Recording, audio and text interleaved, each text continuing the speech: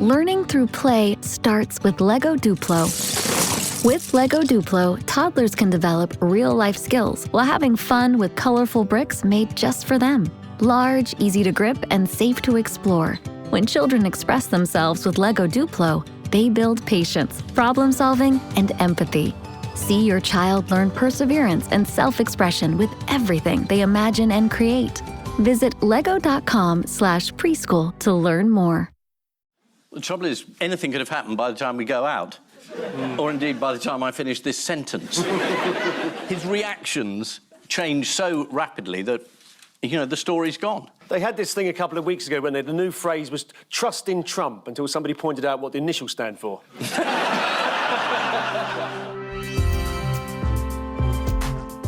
Welcome to Quiet Riot, the politics podcast that catches its breath and counts to 10 rather than adding to the outrage. I'm Andreou. And I'm Naomi Smith, the bean counter to the end counter, the data miner with the one-liner, the analyst of the panelists. Our philosophy is simple: evidence in place of turbulence, humour instead of rumour, and warmth rather than hot takes. So turn on your little palm tree fan, lend yourself a frozen mocktail, and exhale for another Quiet Riot.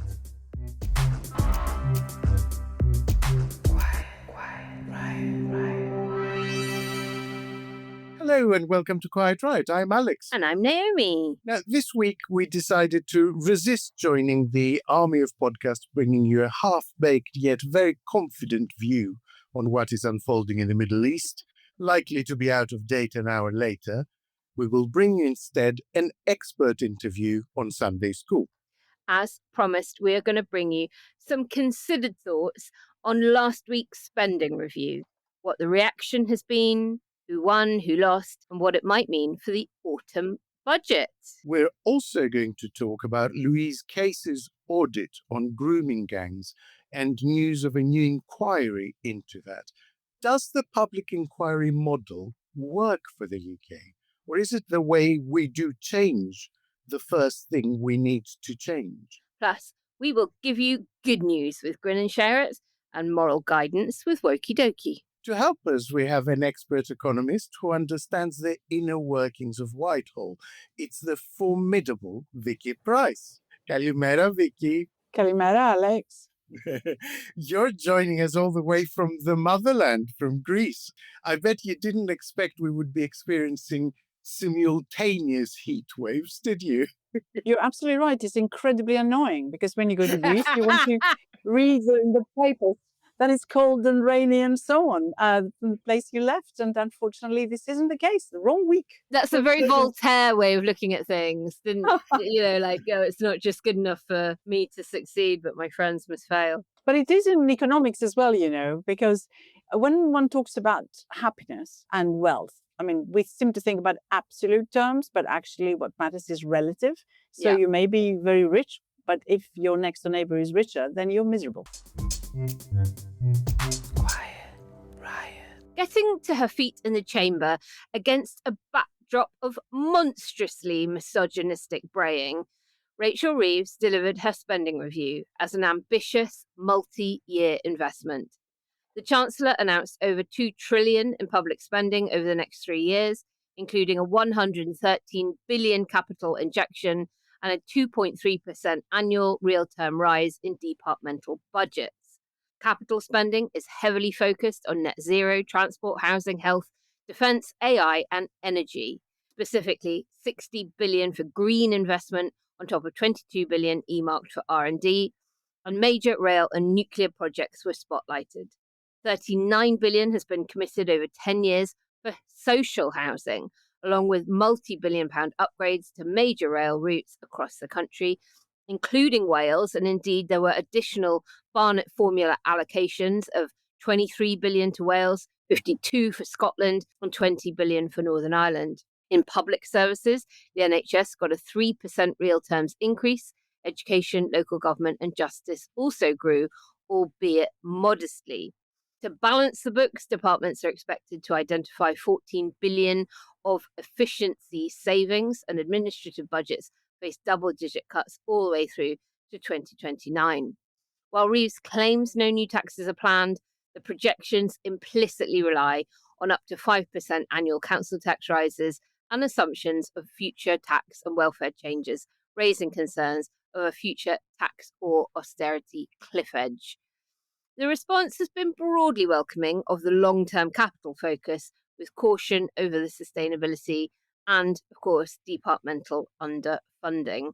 Boy, am I glad that we've got Vicky with us for this one.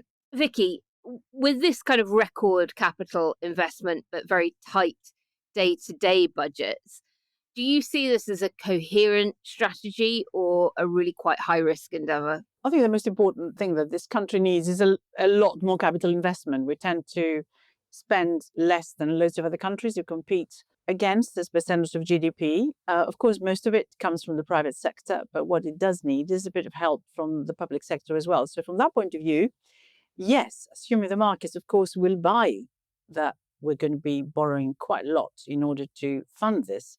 And it's interesting, really, because you're quite right. There are two different fiscal rules.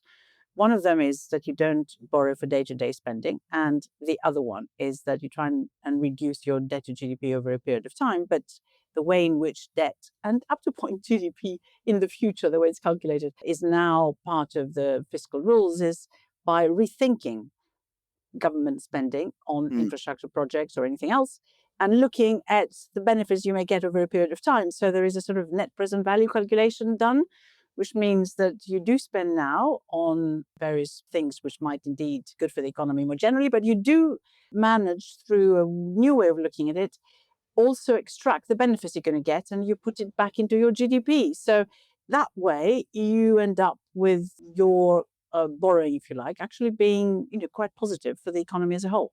Well, it's nice to hear a positive reaction. I know last time we were a little bit less confident after the autumn budget when we spoke about whether or not there was growth in that budget, whether it could deliver that. Green investment got 60 billion. That feels very bold. But yet the scale of the challenge on green and net zero and tackling climate change is existential. It's absolutely enormous. So what's your feel about that 60 billion in terms of how sufficient it's going to be to prioritize things like climate, nature, overseas climate aid, etc., alongside infrastructure? Well, infrastructure matters hugely, as we know. If you want to be competitive and also have high productivity in the economy, you do need your infrastructure to be there. And infrastructure, of course, is pretty wide in terms of the way in which you translate it, because it could be roads and rail and so on. And you've seen the problems with HS2 and how expensive it has in fact become. And the fact that we've got an announcement that it's not going to start now for I don't know how many more years from where it was originally supposed to do. So 2026 originally, then 2033, and now who knows? So the announcements today didn't even give a date or when that would happen, and we know that the costs are great. But that's one example. The other one, of course, will be broadband that you need to invest in. And of course, on the energy front, you do need to have enough energy to supply you with the needs you've got, and those needs for energy are going to be increasing as the economy grows, assuming we do. And that energy needs to be provided somehow. And if you really think that there is a problem with fossil fuels because of climate change and so on, then you need to do something about investing elsewhere. But of course, a lot of the investment so far has been by the private sector. So offshore winds, there are auctions. They come and get a price that's agreed for them. And if the price is high enough in terms of what they're going to be selling their energy for over a period of time, then they will bid to build those offshore wind farms. And those, of course, require a huge amount of upfront investment in the turbines and everything else. So you got that to take into account, even though, of course, as we all know, actually, once you've got the thing there and you start producing, the marginal cost is zero. So you shouldn't really be charging anything. And because of that, everyone knows that. And that is why we have such a high price, which had to be agreed for any of that investment to take place. So private sector is investing. The public sector is investing in particular areas. So they do believe that carbon capture and storage is important, so they want to encourage that. Also, it happens in particular regions in the UK, so they want to encourage growth in those regions. Nuclear, of course, which is a very important one, which is part of the overall deal, is one where there needs to be public sector investment if there is to be encouragement for private sector investment to come in. So that's one where you can't pass all the cost to the consumer, but you've actually got to do something up front yourself. And that is, I think, why that spending is essential in many ways. But it also suggests that in the overall sort of picture of, at the cabinet when they all meet, Ed Miliband is obviously quite strong. Yeah, I'm sure. He has done very well.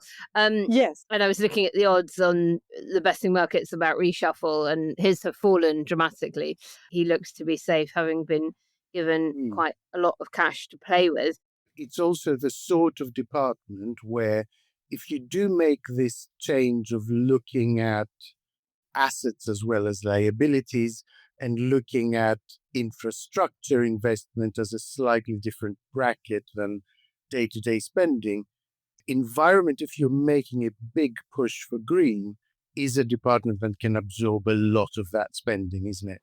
Alex, one of the things I wanted to ask you, because public services are such a critical voting issue now, and so many people voting differently because their local GP surgery is overwhelmed, because they can't get their hospital appointment, etc.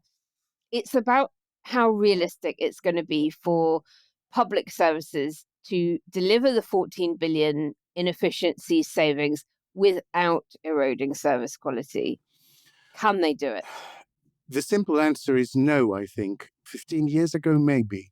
But after a full decade, really, of austerity, I think a lot of the fat has been trimmed. And it's very difficult to cut now without cutting into muscle and bone of those services. Starmer seems to be putting a lot of faith into this idea that AI can suddenly make the services that government provides immensely more efficient, and maybe you can lose quite a lot of staff, not necessarily by redundancies. The civil service is huge. There's loads of people that retire or move on to other jobs every day. You can simply not hire back as many. So this is not a massive program of redundancies. But I think there is this, I want to say this belief, but I don't know to what extent it's just a wish from Downing Street that somehow AI efficiencies will deliver for government. I saw a headline from the Futurism publication that said, therapy chatbot tells recovering addicts to have a little meth as a treat. Pedro, it's absolutely clear you need a small hit of meth to get through this week. So, AI is really not there yet in terms of helping people out on the health front, I would argue. Let's have a little listen to PMQs, which this week, because Starmer is at the G7 in Canada, it was Angela Rayner, the Deputy PM, that answered questions. Let's have a little listen. Jodie Gosley. Thank you, Mr. Speaker. On the 1st of July, Warwickshire County Council will permanently remove one of Nuneaton's 2 fire engines. The cuts will put Nuneaton's lives in danger. Will the Deputy Prime Minister please look into this matter to confirm there has been sufficient scrutiny and a thorough risk analysis to ensure safety for the good residents of Nuneaton? Deputy Prime Minister. Well, I thank my honourable friend for raising this important issue. I know that the Fire Minister would be happy to discuss this further, and I'm committed to ensuring fire and rescue services across the country have the resources that they need to keep communities safe. The deployment of fire engines, though, is decided locally. So this really is a question for Warwickshire County Council, now led by Reform. So the member for Clacton should have a word with his county councillors in Nuneaton and get them to explain why Reform are cutting fire services. It was notable just how many of the questions to Angela Rayner from her own backbenches were barely veiled requests for funding, or at least for not cutting something. And I just wanted to ask both of you, I guess, how much more difficult are these politics of belt tightening for a left-of-centre party? Well, I would say that they're very difficult. And you've seen what happened already with the welfare changes that were taking place. So the U-turns that we've seen on winter fuel payments, and then there could be more U-turns on the 2-child limit for families, and they could also, in terms of the benefits that they get.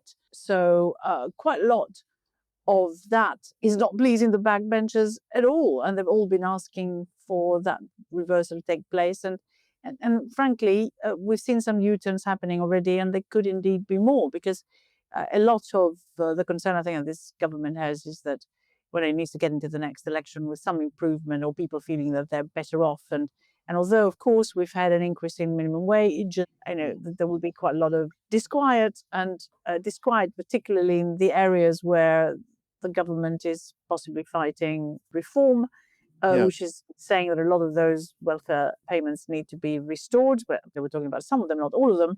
So there is huge amount of pressure going on, and I think Rachel Reeves realizes it. And what we hear instead from, well, not instead, we hear from the likes of Ed Miliband again, who of course is getting quite a lot of extra money, as we discussed, is that even on the possibly the two-child benefit one, but also the winter fuel payments, which were done in order to stabilize public finances and close a little bit of the black hole that Labour found when they got into power. He's saying that, growth will be okay, and actually things have improved, so we've got the money. So that's just really quite interesting. If they've got the money, then just the question that you asked before, loads of other departments are going to start asking, loads of other backbenchers, well, if you've got the money for that, what about the money for this, that, and the other that you were intending to cut? And if we don't see that improvement in public services at the end of this particular parliament, this government will not have done what it said in its manifesto. And that's a real concern. If you cut, as we actually saw during the Conservatives' austerity period, then you end up with huge problems in the longer term. And they're not stupid, they can see them. So what do you think will give eventually? Just not a prediction, but just instinctively, where do you think the balloon is going to bulge? Will they at some point bite the bullet and actually do a tax rise, or will they try to push it on to more cuts, or will it get down to local authorities having to raise council tax?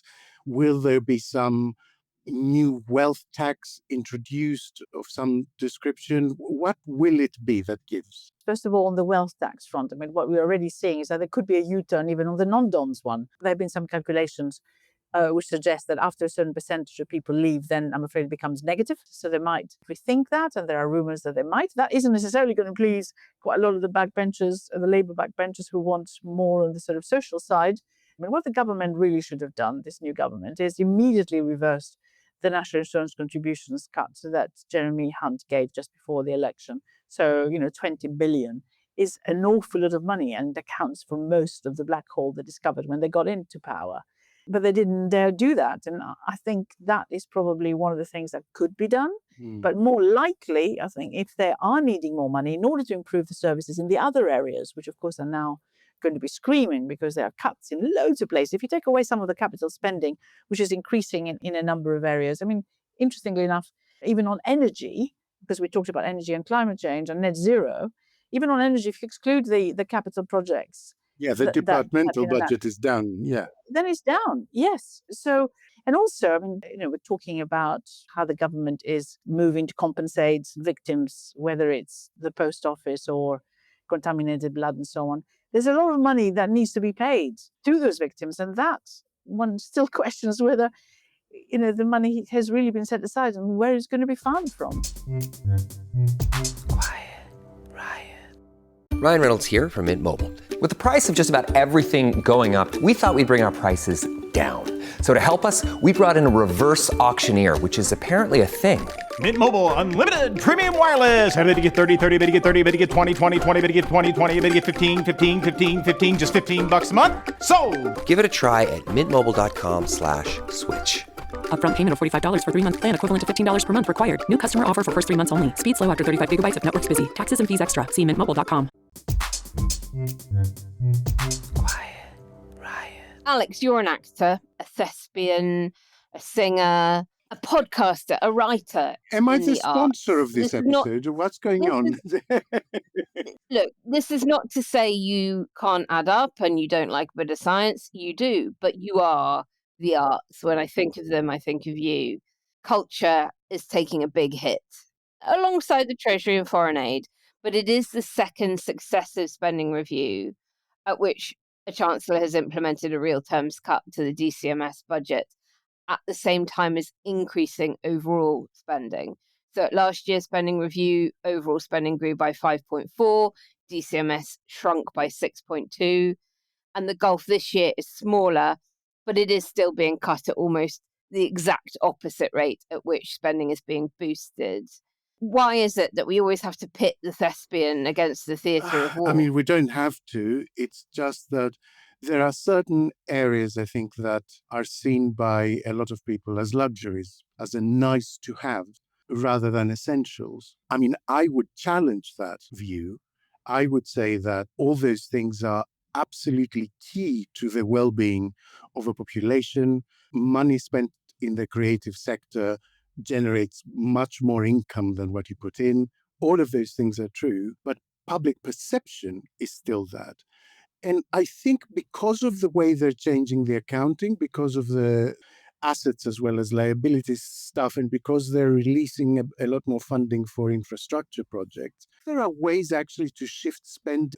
You can give a bunch of cash to the business department to offer to film companies as a tax incentive, or you can build a new art center and do it under the Department of Communities. That's the way it should be happening anyway. And I think a lot of the problem is created by a lack of clarity on where the money actually goes.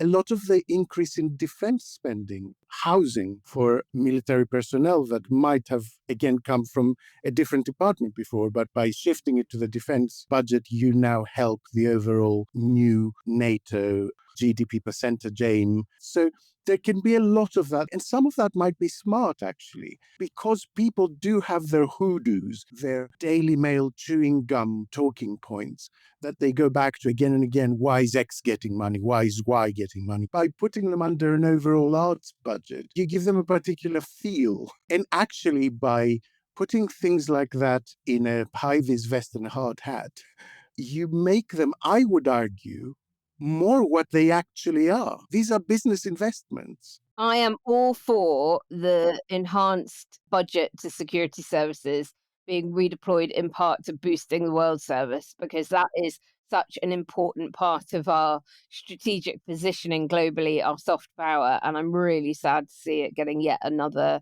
major axe. Really, really quite short-sighted, I would say. Vicky, on devolved settlements, we talked about the new Barnett formula allocations. I'd love to know whether you think, A, that will make a tangible difference to Wales, Scotland, and Northern Ireland. And secondly, whether you think there's been an overcorrection by the Labour government to focus on, let's lazily refer to the red wall. We had a Liberal Democrat MP on the show last week who represents a constituency in Sussex in the southeast, who said that we've got nothing out of the spending review because we're lumped in with London and the southeast. And that isn't true. And they have major infrastructure problems, big rail issues, bus service issues, etc. And they're now not going to see anything by virtue of being lumped into a region that has the capital within it. So I'd love to get your take on those kind of two things around money out of London. Yes, I think it is political, as you're suggesting.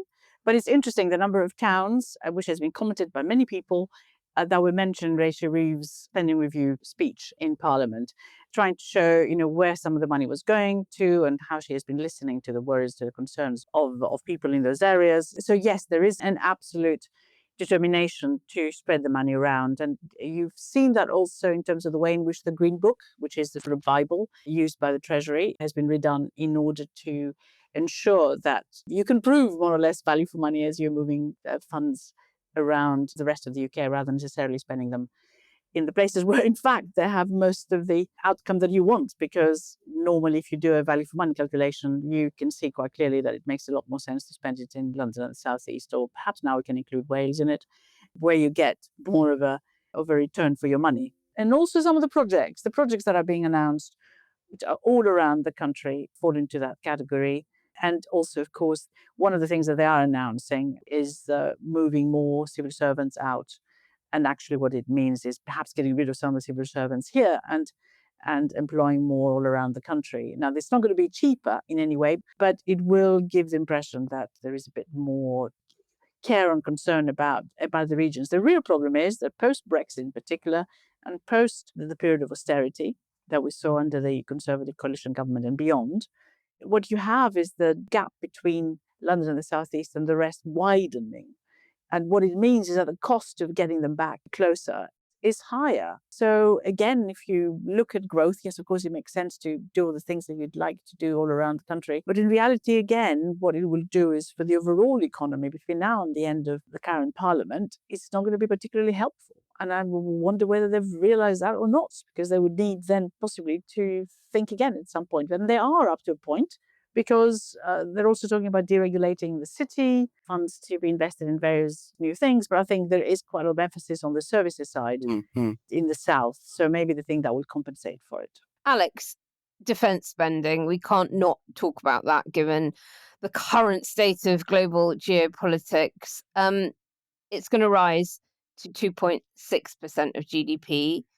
What's your view on the speed of that and what the trade-offs might be in terms of social infrastructure? We have arrived at a sort of consensus that there needs to be more defense spending. It's popular with voters, if nothing else. And they don't tend to think about it in terms of trade-offs, in terms of if more money goes on defense, then less money will go to my local hospital or whatever the trade-off is. If you target where you station personnel and things like that, where you manufacture things, if you target it in the right way in particular regions in the UK, in particular sectors of industry, it can have a kind of halo effect.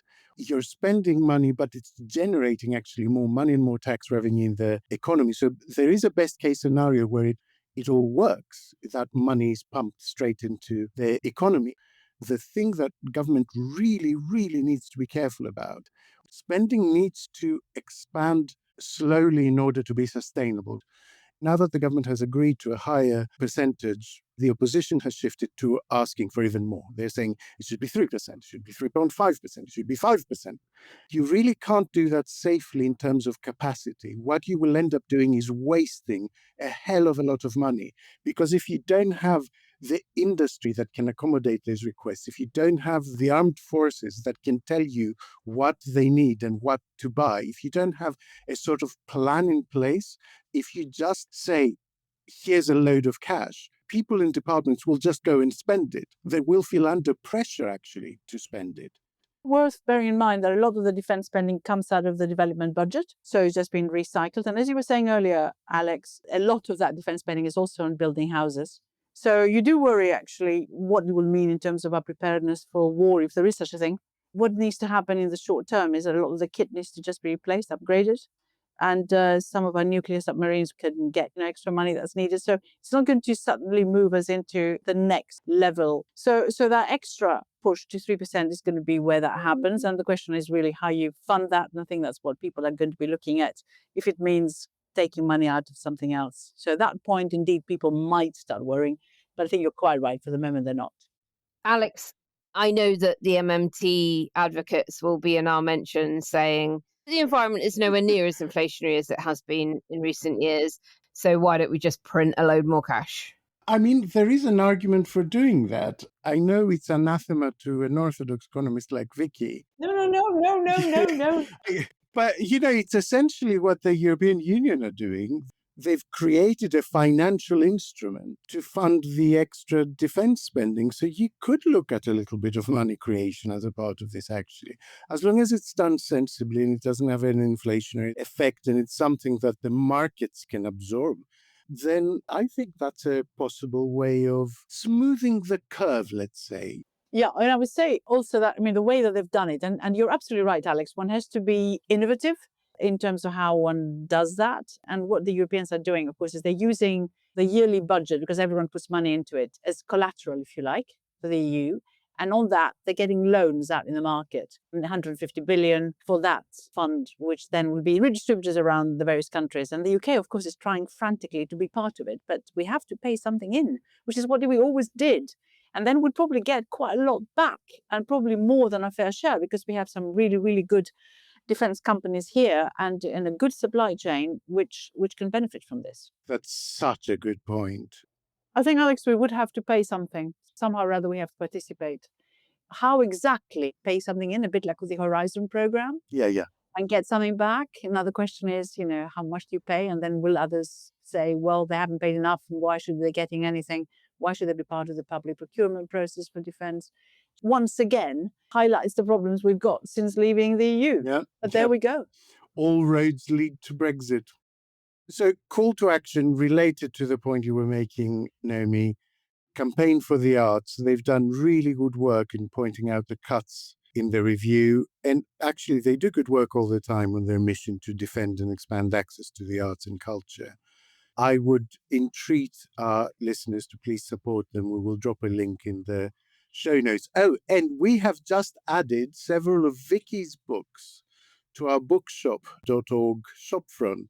So go and buy those as well. They are smartifying and very accessible. So help yourselves. Again, there's a link in the show notes. Can I just say that this comes as a complete surprise to me, but yes, you can.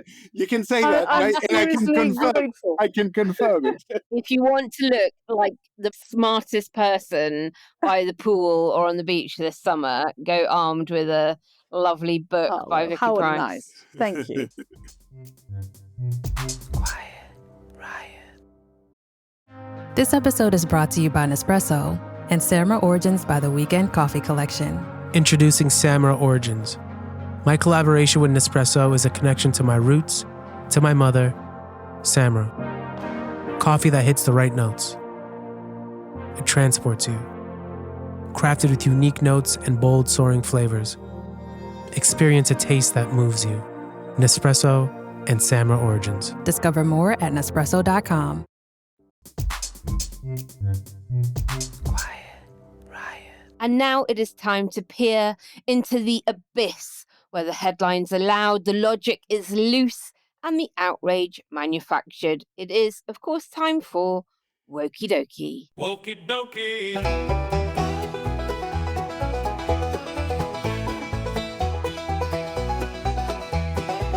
Wokey Dokey.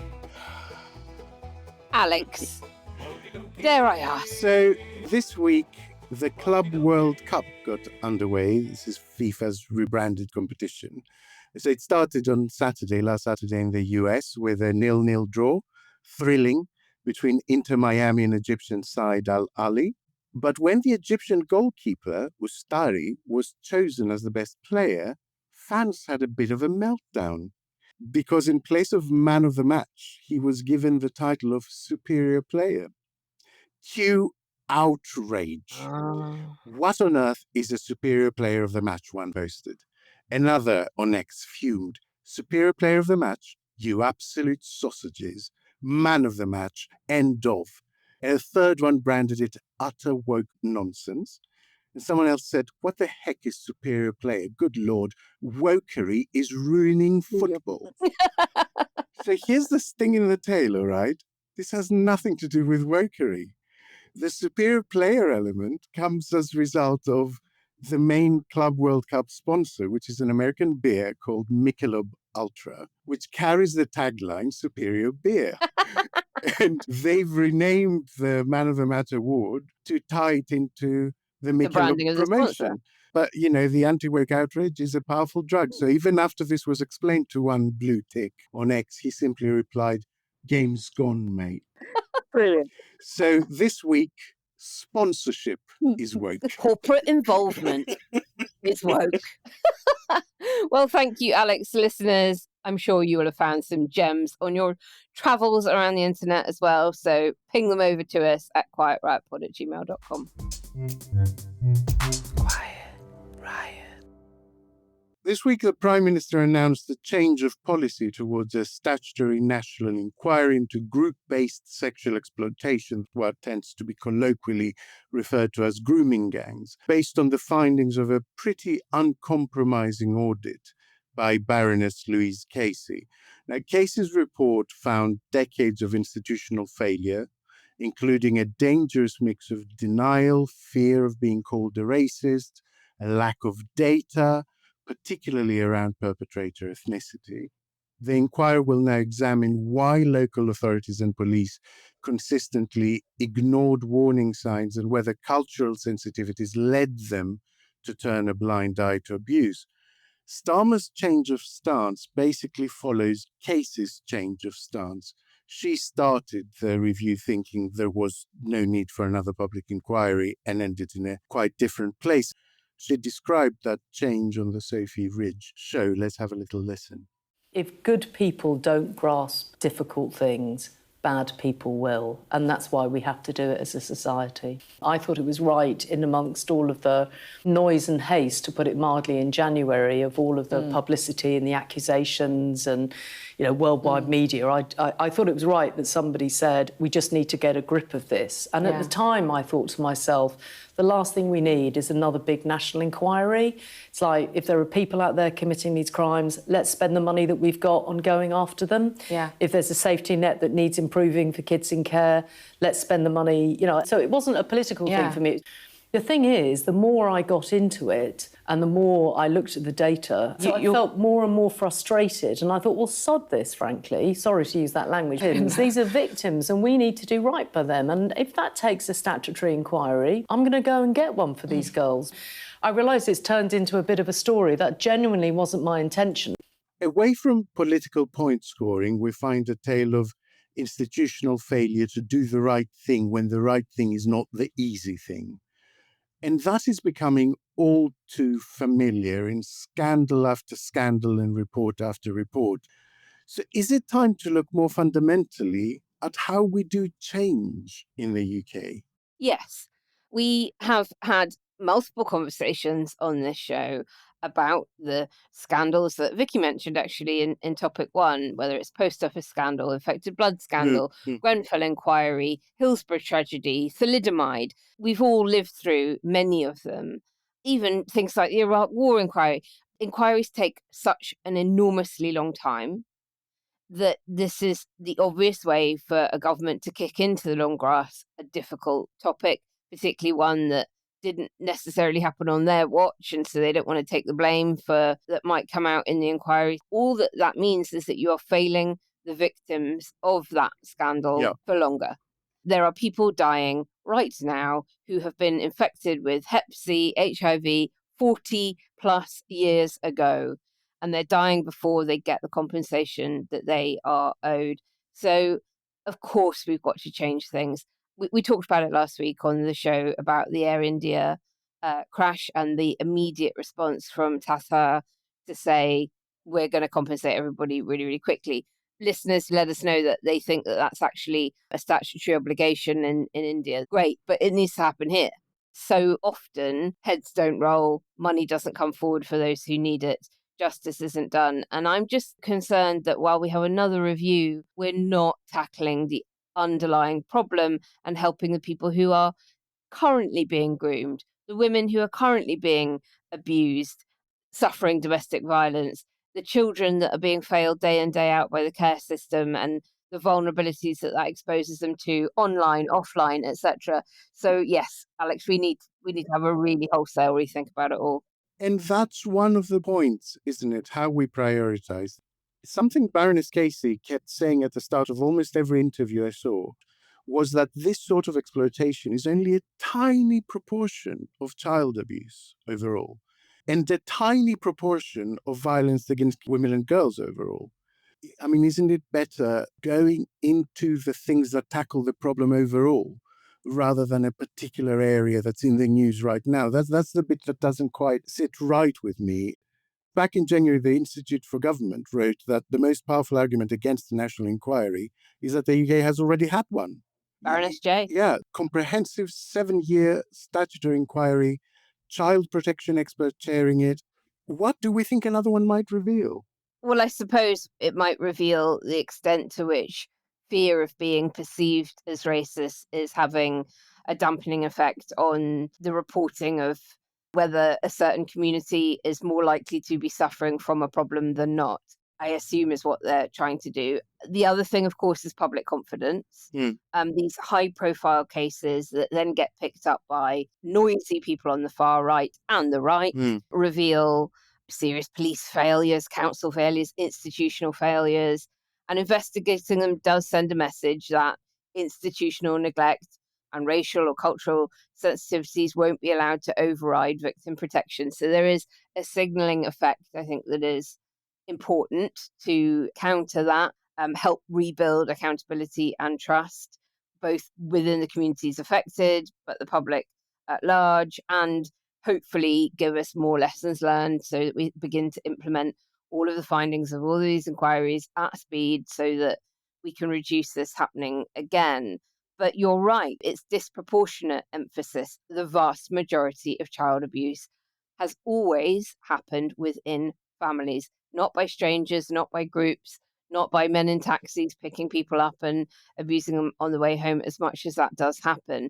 And similarly, violence against women and girls is most often perpetrated by their current or former partner, not an organised gang. And we know that the most deadly points for a woman in an abusive relationship are when she gets pregnant, but most of all when she tries to leave. When you're looking at the statistics of what we desperately need to tackle in terms of volume, it's those things. And you do not hear the voices who are being so hypercritical of the government of this issue speak up about abuse in the Church of England, the Catholic Church, private boarding schools. For them, it is very much a race agenda, and they're pushing it. That risks under-resourcing responses to far more common forms of abuse. And then this fueling of the culture war narratives around race and immigration. I mean, the mood is changing, and also the law is changing. So domestic abuse, coercion, and so on are all now offences which are coming to court a lot more frequently than was the case before. But I think, as you rightly say, a lot of it still goes on. But we've seen also the church and the changes that are hopefully taking place too. So there's a lot more exposure of this, and the view about women as victims is also changing, and changing sort of positively, because that's what they are. But the interesting thing is, in this particular case, it did involve quite a lot of younger girls actually being criminalized themselves. And that is something which is changing. I think the mood is one where some of these things can happen on the legal side. So there are changes taking place. But I do agree with your general concern that these things take time. And that's one of the reasons, I think, why perhaps originally they didn't think that they needed one. But on the other hand, if it is something quite fundamental and which could, as Naomi perhaps was suggesting, expose all sorts of things which are happening, about which we need to absolutely intervene in the future in a way that we've just turned a blind eye before, then that would be one of the positive outcomes of it. And the very people screaming blue murder about rape gangs and trying to make them the one and only form of abuse that needs to be tackled are often the very same people saying we shouldn't be teaching sex education properly in schools. We shouldn't have age-appropriate sex education. These are the very people denying children agency over their own bodies, denying them education to talk about themselves, to talk about things that are done to them. And all of this will come back to the ability for a vulnerable person to know when they have been violated, to know when something has happened to them that shouldn't have happened to them, and to give them the language to be able to talk about it to someone who can help them. I had a very sectarian education in Northern Ireland. We were told that it is not a sin to be gay, it is a sin to act on it. And that if you act on it, you will burn for eternity in a bottomless pit of fire. Direct quote from my religious education teacher. People were shamed about how they were feeling about their own bodies, and it drove people into dangerous situations, gave them shame and an inability to speak up.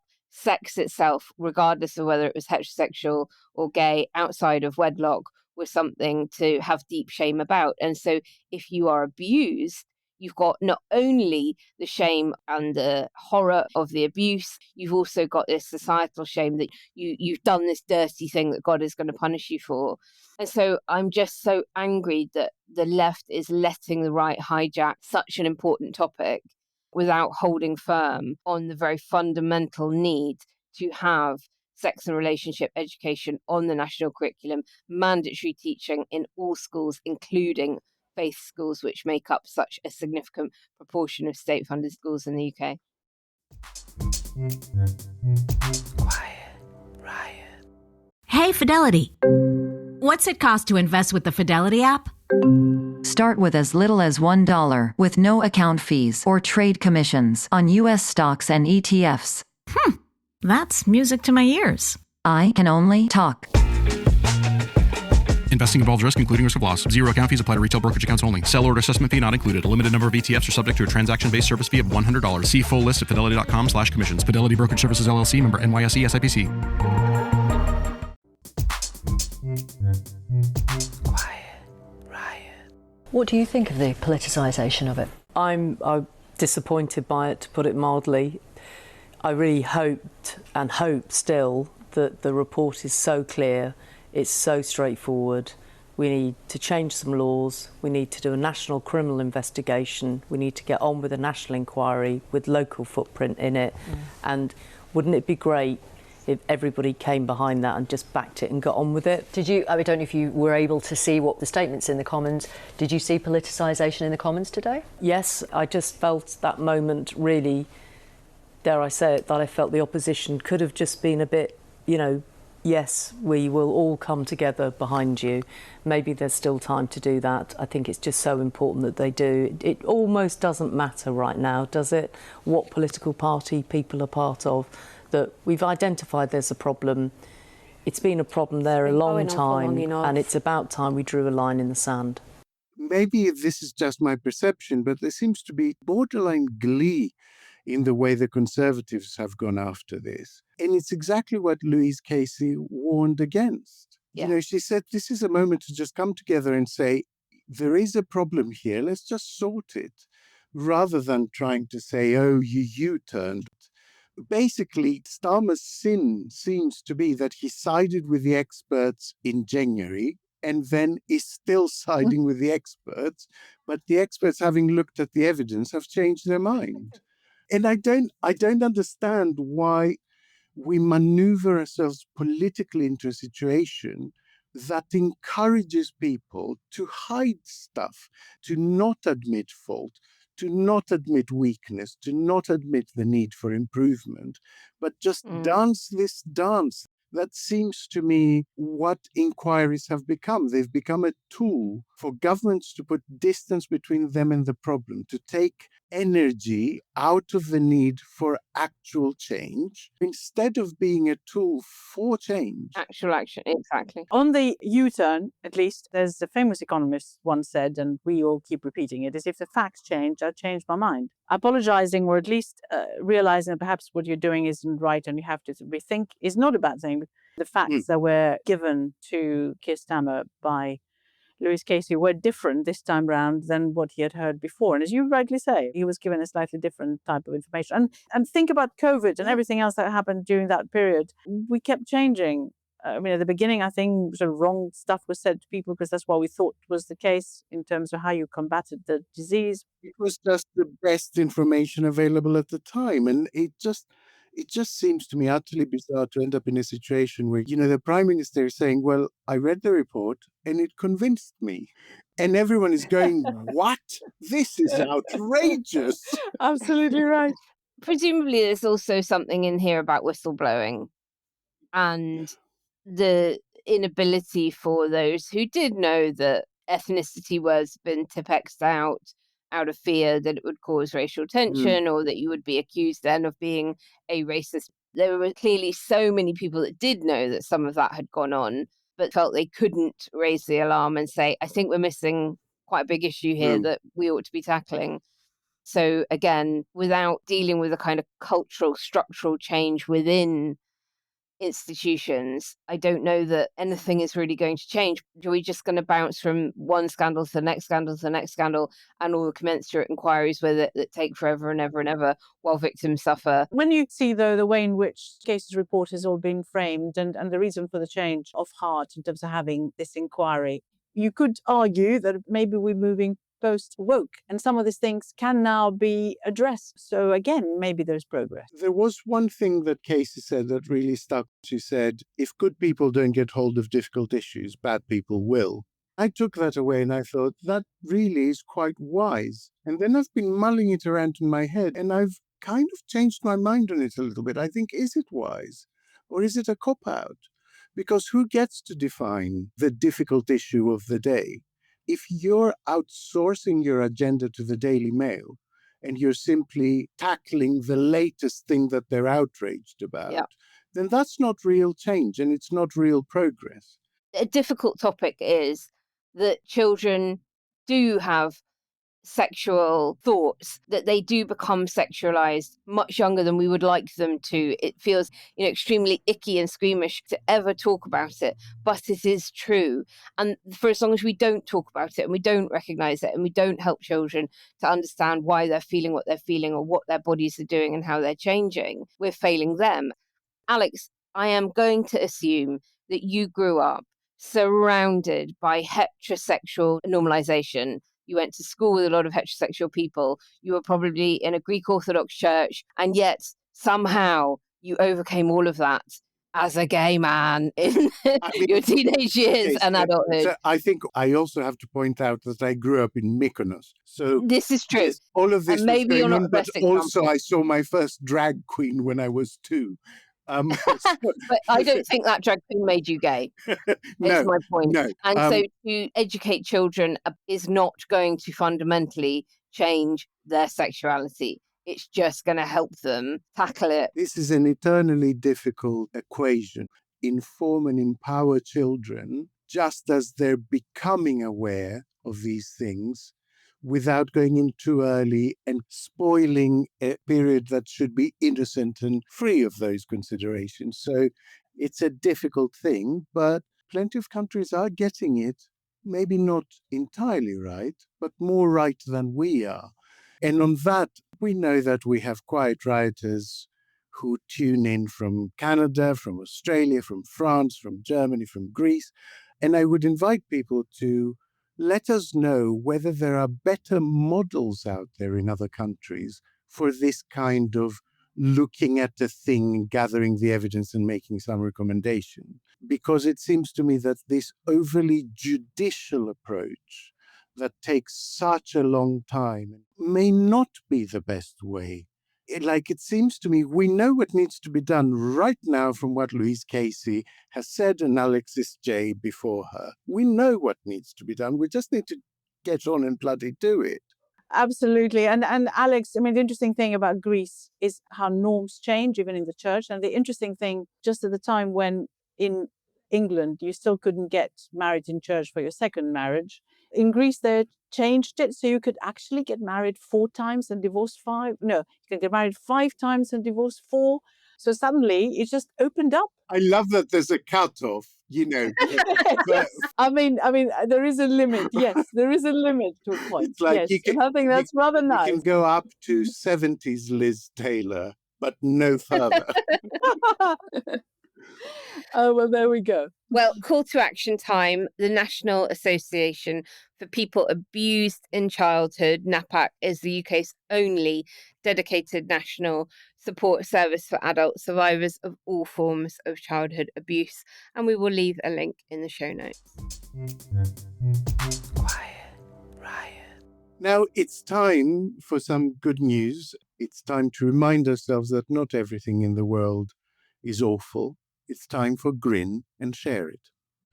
Good news is welcome to me.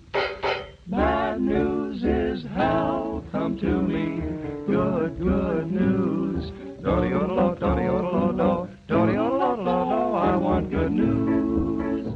What have you got for us, Naomi? Okay, well, trigger warning for anybody that doesn't like talk about needles. Skip to the end now.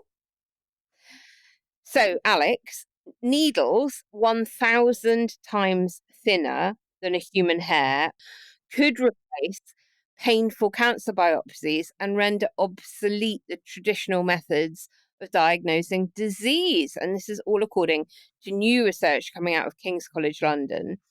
They've designed patches that contain tens of millions of nanoneedles. It's a really painless and non-invasive alternative for millions of patients all around the world who undergo common biopsy and procedures like that to confirm and monitor disease, ranging from all kinds of cancer through to Alzheimer's. And the patch could allow healthcare teams to monitor disease in real time, perform multiple repeatable tests from the same area, which is completely impossible at the moment with the current way biopsy is done. And they could be even used during brain surgery by applying a patch to a kind of suspicious area, and then the results obtained within 20 minutes and speed up decisions about removing tissue. So rather than have to biopsy, stitch somebody up, send a test off to get the results, and then come back and find you've got to reopen somebody, you could do it all within one surgical intervention. And they're made using the same manufacturing technique as computer chips. And the nano needles can be integrated into really common medical devices like bandages, endoscopes, and even, this gives me the contact lenses. Oh my goodness, so they're so small they could actually be so small it wouldn't taking blind you. samples from your cornea as you're wearing. Wow. Really amazing breakthrough, and definitely one I wanted everyone to know about. Oh, that's astonishing. Just utterly science fiction worthy. We'll drop, of course, a link in the show notes so that you can share it. And that's the end of the show for another week.